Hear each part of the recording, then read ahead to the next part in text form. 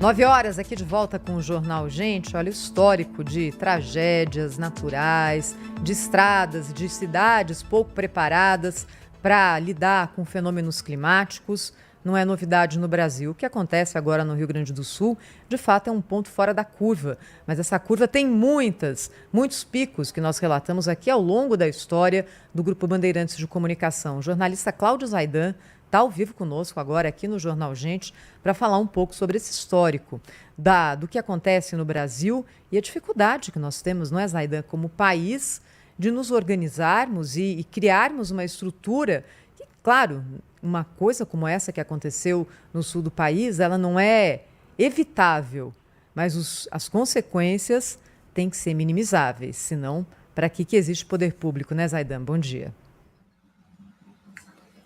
Oi, Thaís, Cláudio Humberto, Sônia Blota. É verdade, o volume de água que caiu em poucos dias, durante poucos dias no Rio Grande do Sul, ele, em termos de média histórica, ele equivale à chuva do outono inteiro. Então é claro que chuvas assim provocariam problemas em qualquer lugar do mundo. Países ricos, com toda a infraestrutura, sofreriam muito. Agora, inclusive as pessoas debatem, né, a respeito da causa, ou seja, a causa do fenômeno natural. Então tem aqueles que acreditam que é em razão do aquecimento, o El Niño, tempestades solares, né? Esse é um período de tempestades solares que ocorrem de década em década. E há até teorias do tipo, é um efeito do projeto HAARP, né? É algo intencional. Aquele projeto que tem aquele conjunto de antenas lá no Alasca, um projeto dos Estados Unidos, e que basicamente estuda a possibilidade de interferir em certos fenômenos climáticos. E aí há muitas teorias conspiratórias, né? Quando houve um terremoto na Turquia, o mais recente, forte, houve jornais turcos que associaram o fenômeno ao projeto HAARP. E agora no Rio Grande do Sul, alguns estão abraçando essa tese. Mas a questão, independentemente da causa específica, nós sabemos, há uma parede, uma massa de ar quente impedindo que as nuvens avancem em direção ao sudeste, depois ao centro-oeste. Então vem a umidade do Atlântico, pelo lado leste do Rio Grande do Sul, e pelo lado oeste a umidade amazônica, né, que desce ali, ela bate na cordilheira, vai descendo. É um fenômeno formidável, né, que permite a distribuição de chuvas, os chamados rios voadores, né, que saem da Amazônia. E essa umidade se concentra, chega à frente fria, e aí você tem esses volumes extraordinários. A questão é o que a água encontra quando ela desce. Porque, ao longo do tempo, nós tivemos um primeiro, e a tragédia expõe alguns problemas nacionais crônicos, né? Políticas públicas ruins, desleixo em algumas atividades privadas, em alguns empreendimentos.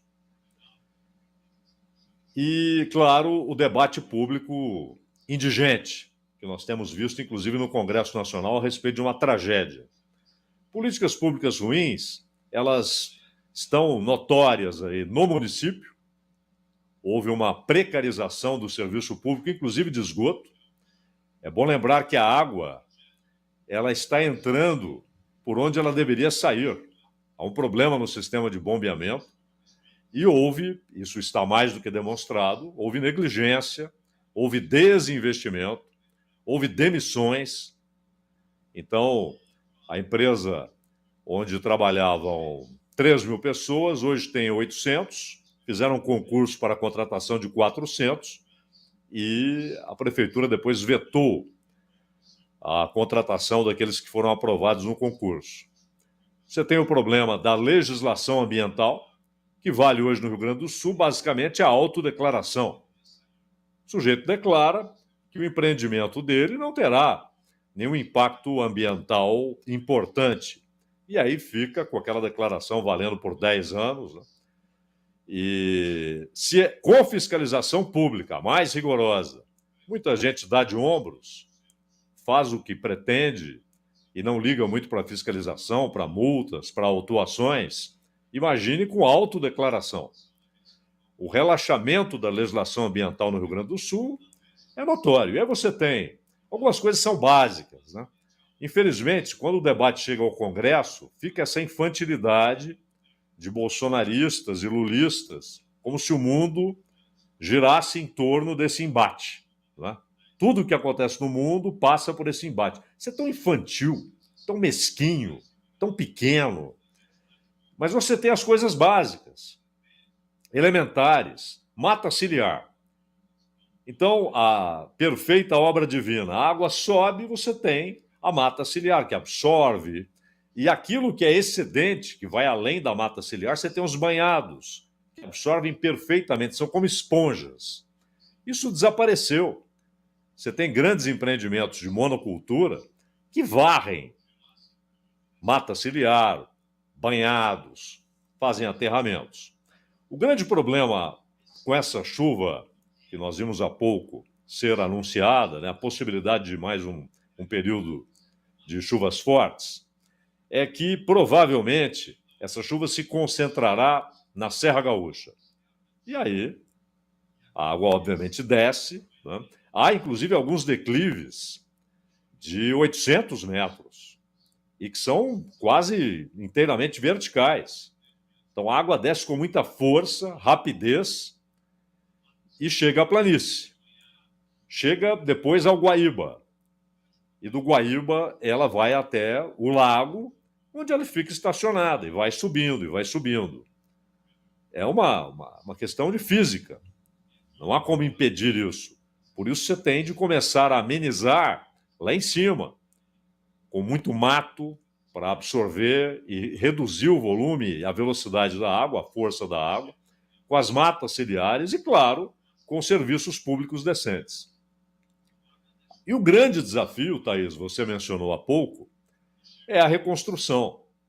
Nós já tivemos, recentemente, coisa de 13 anos, nós tivemos aquela tragédia na Serra Fluminense, lá na região de Petrópolis, e com um número muito maior de mortes, mais de 1.000 mortos naquela ocasião. Nós tivemos, em Minas Gerais, além de problemas que ocorrem em regiões montanhosas e de serras, nós tivemos dois eventos trágicos provocados por negligência e incompetência, Mariana e Brumadinho. Tivemos episódios terríveis na Bahia, em Pernambuco, mas o que ocorre no Rio Grande do Sul é inaudito pela extensão da devastação. Nós estamos falando de 80% de um estado. Cerca de 400 cidades duramente atingidas. Então, o processo de reconstrução, ele vai demandar, claro, antes de mais nada, muito dinheiro. Bilhões. Segundo, honestidade e transparência e competência na aplicação do dinheiro, estabelecendo, inclusive, as prioridades óbvias. Moradias. Quando houve... Porque o Eduardo Leite, ele disse que é preciso uma espécie de plano Marshall para o Rio Grande do Sul. E, claro, hoje isso é tão difícil. Hoje nem os Estados Unidos, que estão mais ricos do que em 47, só que eles têm uma dívida tão monstruosa que hoje mesmo os Estados Unidos não poderiam bancar um plano como o Plano Marshall, que atingiu 16 países, alcançou 16 países da Europa Ocidental. Seria, na verdade, necessário para o Rio Grande do Sul o New Deal, o novo acordo feito pelo Roosevelt. E mesmo assim, o Keynes precisou chamar a atenção do presidente dizendo, escuta, onde estão as casas? Porque casa vai demandar metalurgia, vai demandar muita mão de obra, construções de pontes, de estradas. Só que nos Estados Unidos era uma maneira de reiniciar um processo econômico saudável. O país estava numa profunda recessão.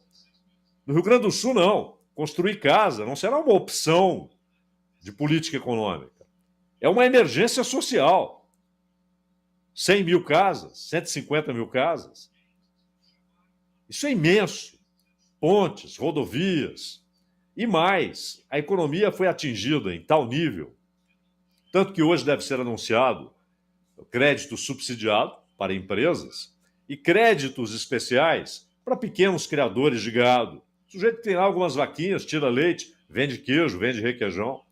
Para o produtor de frutas, verduras, legumes, laticínios vários. E para o prestador de serviço, não é? O cabeleireiro, o encanador, o mecânico. É preciso dar crédito, inclusive muitos deles não têm acesso ao sistema normal de crédito. E além não é cancelamento, mas a suspensão do pagamento da dívida. Só que aí, Thaís, é interessante que o governo insinua uma contrapartida, ou seja, o Rio Grande do Sul deve. As parcelas que seriam pagas devem ser necessariamente aplicadas nessas obras. Só que esse dinheiro não existe. E, claro, o cancelamento do juro dessas parcelas. Os estados pagam a parcela acrescida de correção monetária mais 4%. Esses 4% desaparecerão no caso do Rio Grande do Sul e, provavelmente, só a partir do ano que vem é que haveria a retomada do pagamento. Não sei se será possível ano que vem. Seja Plano Marshall, como quer Eduardo Leite, seja um New Deal, como sugerimos, não importa. Será uma tarefa gigantesca e que vai demorar muito tempo. Será mais rápida quanto mais dinheiro houver. E aí é o novo desafio, né? Não basta anunciar o socorro, é preciso ter recursos. Então, emendas parlamentares, nós vimos que só 3 deputadas haviam colocado parte de suas verbas parlamentares para a prevenção no Rio Grande do Sul. Só 3 deputadas gaúchas de todo o conjunto de parlamentares do Rio Grande do Sul. E na Assembleia Legislativa Local, 7 parlamentares, sendo que só 2 colocaram quantias relevantes. Agora é hora de perceber não apenas o tamanho do problema, mas que acontecerá de novo se as políticas públicas permanecerem tão ruins. E aí você fala, Esse é o Zaidan, ponto sobre a dimensão, né, do que acontece agora no Rio Grande do Sul. E a gente tem aqui os números atualizados, que são atualizados pela Defesa Civil todas as manhãs. 107 mortes confirmadas até agora, até ontem eram 100, e um óbito em investigação. 136 desaparecidos, 374 feridos. Quase 1,5 milhão de pessoas afetadas. 165 mil desalojados, 67 mil pessoas ocupando abrigos agora, a maior parte estádios e igrejas. 425 municípios afetados de alguma forma pelas enchentes. Isso aqui é um estado inteiro, né, Zaidan? Claro. Zaidan, é inaudito isso. Pois não, Cláudio? Queria só fazer aqui um registro que você mencionou, que eu acho que é importante, né? Que é assim, as pessoas, muito, e sobretudo o governo, não fazem ideia do tamanho do problema, apesar de toda a tragédia que a gente tem visto aí, né? E as previsões são muito elásticas, né? Vão de 50 a 100 bilhões. 50 a 100? Não é nem de 80 a 100, é de 50 a 100. Você vê que tem ali são estimativas que é preciso estar muito atento, porque a gente sabe como é que o poder público lida com o dinheiro, sobretudo gasto com as facilidades da legislação excepcional em momentos de tragédia, né? E o setor privado, a Thaís mencionou a questão do apoio dos bancos públicos, etc. O setor privado trabalha alavancado. É como se diz aí em economia. Se trabalha sempre mediante operações bancárias permanentes, né? Estão sempre recorrendo às empresas de todos os níveis, mas sobretudo na indústria, eles vão recorrendo a empréstimos sobre empréstimos que pagam aqueles outros empréstimos. Isso é o que se chama de alavancagem permanente. E assim, além do financiamento para superar a tragédia, tem também as obrigações assumidas antes em outras operações de crédito. A situação é muito grave mesmo, né? A gente viu aqui a angústia do presidente da Federação das Indústrias do Rio Grande do Sul, ele até se emociona quando fala nisso, exatamente porque a tragédia, olha, atinge a todos. Só que quando atinge o empregador, atinge a empresa, o elo mais fraco, né, de toda essa cadeia é o trabalhador. E esses Só para aqui... lembrar, Cláudio, ele falou que Banco do Brasil, nenhum banco público procurou ainda a federação para, enfim, nem público, nem privado, à disposição. Né? Nem público, nem isso. privado. Assim, a situação é dramática mesmo. Não há dúvida, Cláudio. E é bom lembrar que a indústria ela precisa de demanda, né? E essa demanda foi duramente atingida. É bom lembrar também que a concorrência, no caso da indústria, é permanente. Você tem falta de recursos, falta de capital para investimento, para reinvestimento, para modernização. Enquanto isso, estão chegando os produtos da China, da Indonésia, da Índia, dos Estados Unidos, da União Europeia. A concorrência é permanente e, normalmente, aliás, ontem tivemos aquela redução acanhada da Selic. O Brasil tem hoje a segunda taxa real de juros do mundo. Só a Rússia, em tempos de guerra, está um pouquinho maior, na casa de 7%, taxa real. E o México ali cabeça a cabeça com o Brasil. E a China, a taxa de juros real está na casa de 1%. Na Argentina, você tem uma taxa nominal muito maior, mas a real é muito menor do que a brasileira. Na Turquia, da mesma maneira. Mesmo com inflação muito mais alta. Então não é fácil. Em condições normais, não é fácil produzir no Brasil. Há um processo de desindustrialização que vai para 20 anos. E é preciso neoindustrializar, ou seja, investir em tecnologia. Mas como fazer isso? Sem crédito. Crédito decente, não com juros que inviabilizam qualquer investimento. Chegou uma hora que o cara desiste, ele vira rentista. Ele coloca o capital para render, não tem preocupação com folha de pagamento, com nada. O impacto disso no emprego é imenso. A agricultura, toda a agricultura dos países desenvolvidos é altamente subsidiada. Parem com essa bobagem de que não há subsídio nos Estados Unidos, de que não há subsídios na Europa Ocidental. Isso é uma mentira. Para cada dólar que o fazendeiro americano investe, há um outro dólar de subsídio do Tesouro Público. Para cada dólar. É uma atividade que, em concorrência internacional, exige subsídios. Senão você está morto, você não concorre. Não é? E há o problema de devastações. Vejam que a produtividade da soja hoje no Mato Grosso, ela cai de 90 para 35. Há um problema com o uso excessivo de defensivos, né? E muitas vezes essa produção em monocultura ela é imediatista, ela é para o resultado financeiro já. Ela não se preocupa se você está produzindo paralelamente uma devastação, inclusive daquela terra, a degradação daquela terra. Hoje, 33% da terra agricultável no mundo está degradada. 33%. Olha o que você está contratando, o tamanho do problema que você está contratando. Então, é preciso ter crédito.